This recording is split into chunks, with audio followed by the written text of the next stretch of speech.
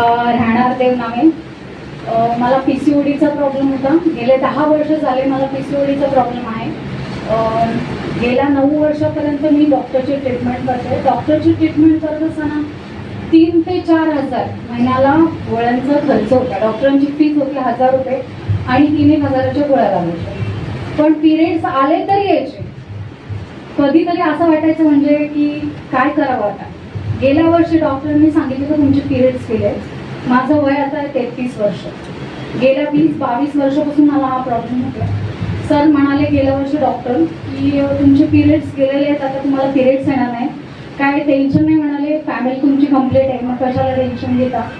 तर मी पण म्हणलं होतं जाऊ देत, मग आता काय करणार.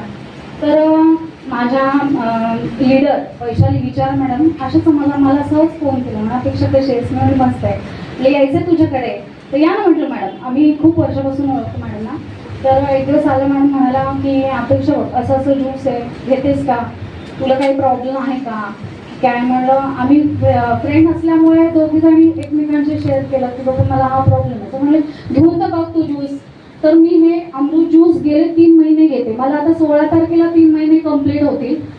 ह्या 3 महिन्यामध्ये 3 वेळा पिरियड्स आलेत मला, आणि ते पण नॉर्मल व्यवस्थित, कोणतीही गोळी न घेता मला व्यवस्थित पिरियड्स आलेत. मला आजही 14 दिवस आहे. ह्या महिन्यात मला तिसरी वेळ ही पिरियड यायची. आणि माझा हा उजवा हात आहे. मला सोरायसिसचा प्रॉब्लेम होता. पूर्ण हात माझा असा वाकडा झाला होता. मला कालथाही धरता येत नव्हता चपाती वगैरे भाजायला.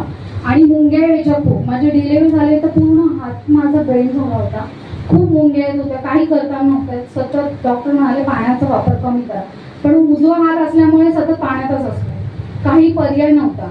तर आता ही ती पूर्ण बोटं माझी स्ट्रेट झालेली आहेत. जी बोन्स कडक झाले होते ते पण नॉर्मल झालेले आहेत. आणि व्यवस्थित माझा हात मुवमेंट करतोय. सगळ्या प्रकारच्या मुंग्या ठणका पूर्ण बंद झालेल्या आहे. हे मला